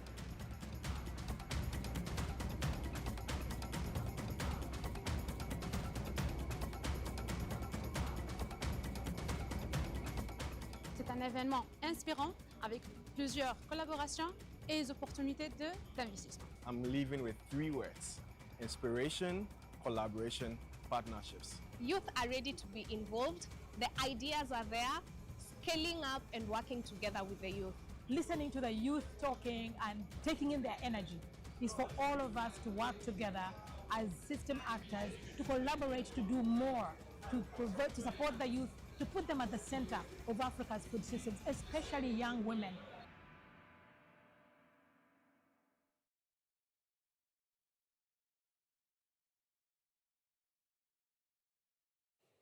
Okay, we're almost at the close. We're about to wrap up. We have one last speaker. Now you've seen the stage has been cleared, which means there's a performance coming up next. Ça pourrait être Youssou, ça pourrait être Drake, you never know. It could be anyone. Could be anyone.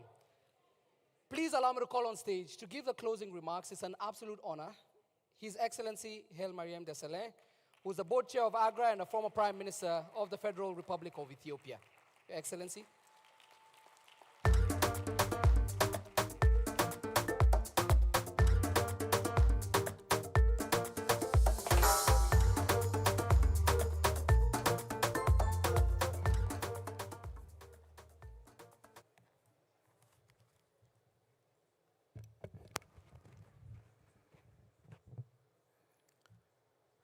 Monsieur le Ministre, Dr. Mahaboub Dagne, our host, honorable ministers, former heads of state and government, high-ranking government officials, and representative of development partners, distinguished delegates, ladies and gentlemen. Assalamu alaikum. Bon après-midi. Let me begin by congratulating all Go-Getters, Agripreneurs, award winners, and let me say congratulations. As we come to the close of this remarkable week, I would like to begin with a heartfelt tribute to the people and government of Senegal and to its president. From the moment we set foot in Dakar, we have been embraced by Terenga, the spirit of hospitality that defines this nation. On behalf of more than 6,000 participants from 84 countries, I say, Jere, merci, thank you.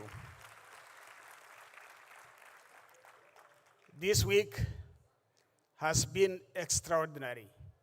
Under two roofs at CICAD, we have gathered heads of state and government, ministers, youth leaders, farmers, innovators, development partners, and private sector champions. The theme, Africa's youth leading collaboration, innovation, and implementation of the agri-food systems transformation, was just not word on a banner. It was lived out in every discussion, every showcase. What we have seen is clear. Africa does not lack ideas, passion, or commitment. We are blessed with the energy of the youth, the resilience of our farmers, and the innovation of our entrepreneurs. Our task is to harness this energy and create lasting transformation. We have reached a significant milestone, the launch of the Africa Food Systems Report, the successor to the African Agricultural Status Report. This report is a mirror and a compass. It tells us where we are headed, and where we need to improve. It complements the CADIP biennial review process, ensuring that we measure progress and hold ourselves accountable each year. We also launched the inaugural report, The Status of Women in Agri-Food Systems in Sub-Saharan Africa, to serve a guiding light in our efforts. I invite you to consult these documents, use them, and challenge them. The Legacy Investment Program, first launched in Tanzania in 2023 with the Building a Better Tomorrow Youth Agri-Business Initiative, has since expanded across Africa. The initiative has mobilized over $460 million in its early phase and has inspired broader investment models. By 2025, AGRA will have supported 6 additional governments: Senegal, Zimbabwe, Uganda, Nigeria, Liberia, and Somalia, to present transformative food systems programs at the African Food System Forum in Dakar, collectively targeting more than $6 billion in mobilizing investments. We celebrated women and youth-owned enterprises that are adding value by transforming raw agricultural goods into high-value products, creating jobs, and dividing rural economic growth. Their ingenuity spans areas as diverse as digital and satellite solutions, waste to fertilizer innovations, and post-harvest losses. Several commitments stand out collectively from our work over the last 4 days. 1, to plan for delivery by 2026 on the Kampala Declaration commitments of CADIP with clear targets and leadership from governments and development partners. We must therefore place youth at the center of our commitments, or transformation will never happen. 2, to institutionalize youth and women's leadership in food systems governance and scale youth and women-led enterprises. 3, to harness innovation to surge past long-standing constraints and binding blockades, from climate-smart solutions to AI to digital agriculture. 4, to unlock trade through the AFCFTA, regional value chains, and trade corridors. And finally, to integrate finance, policy, environment, climate, nutrition, health, and industry for systemic impact.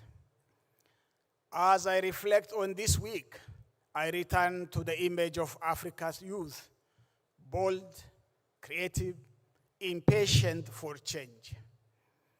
Hasn't it been wonderful to have their active participation?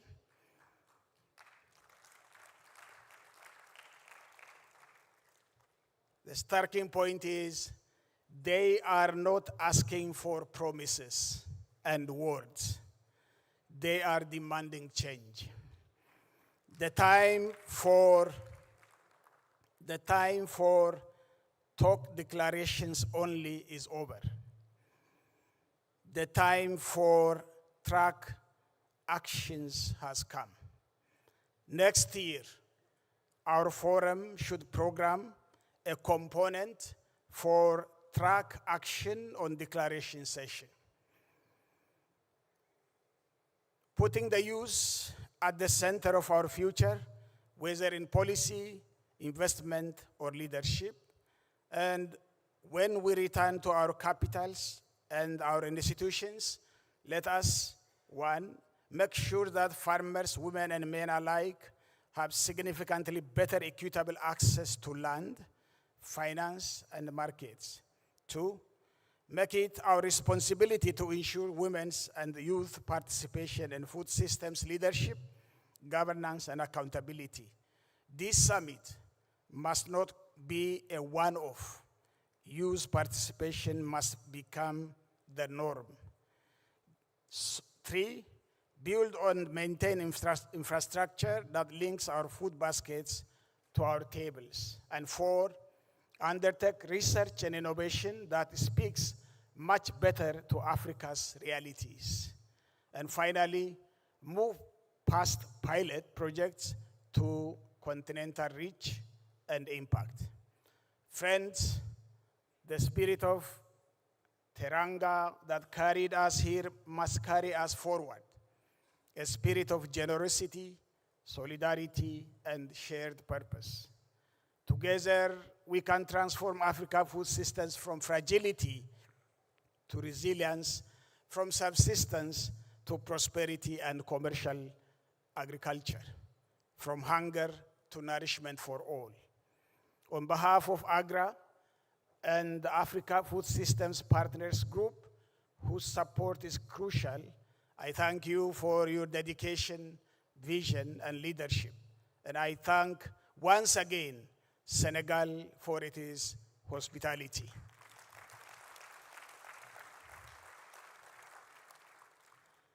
I thank the youth from the bottom of my heart, farmers and innovators who inspire us and remind us daily why we must act.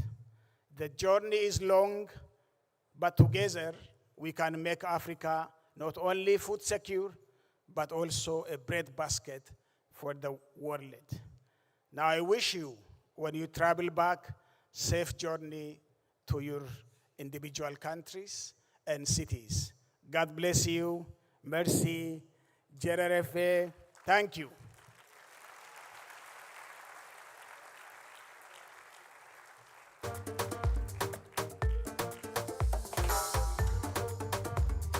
We're done, we're done.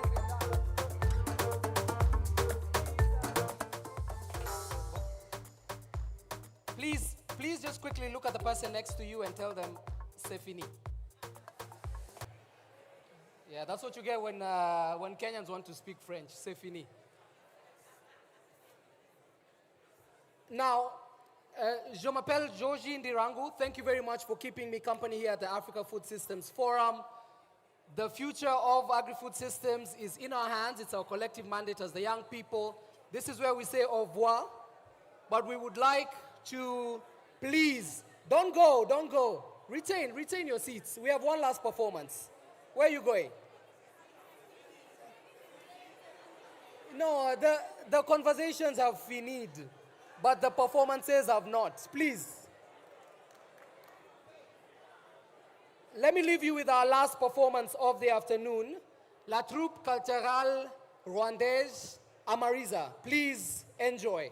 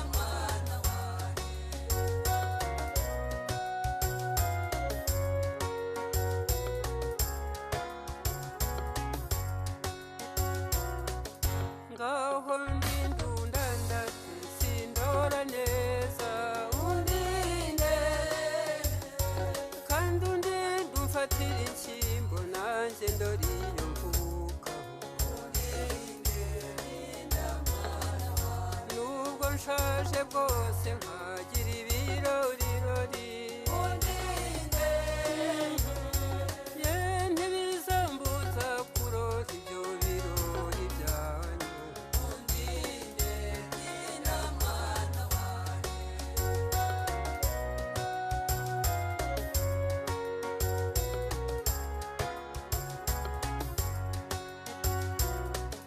tuzahurira twese Kigali Nyarugenge iyo dusangeyo bene data twongere twiyunge tuvumbi icyakarenge twe bene Gihanga ye bene Damu nabo bavumbura kawa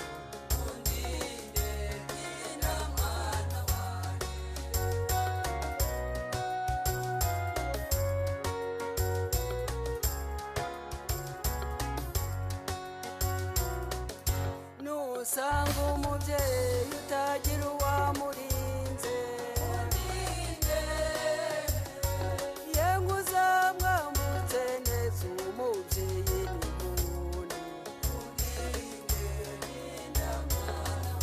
zasasa nsinzire nsezere ku mahanga yangira n'ibyaruye cyumbambanya amata meza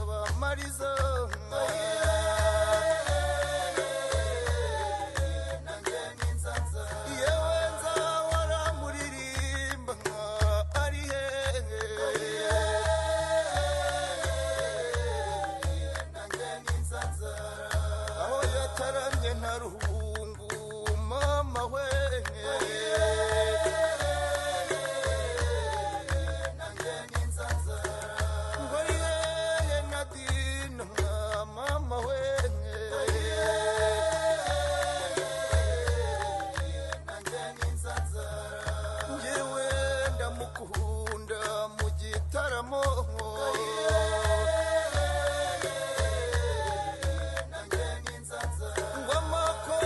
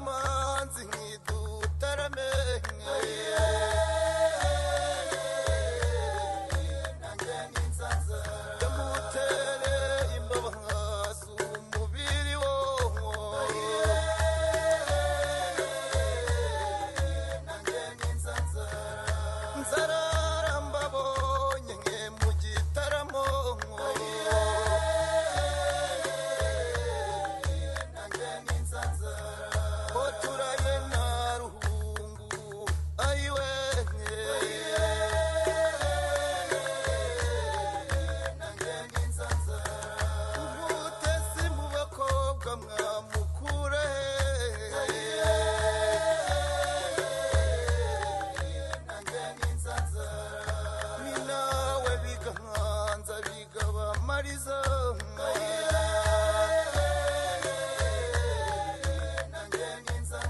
yewe nzahora muririmba ari hehe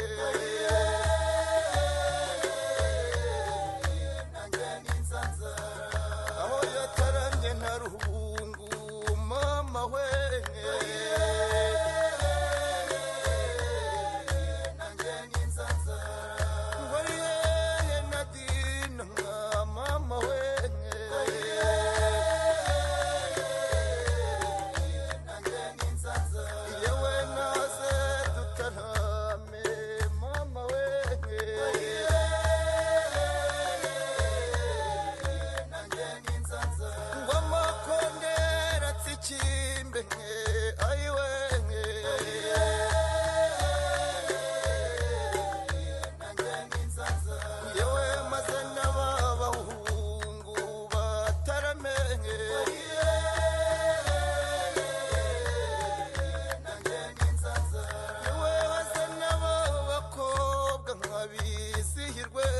Yeah.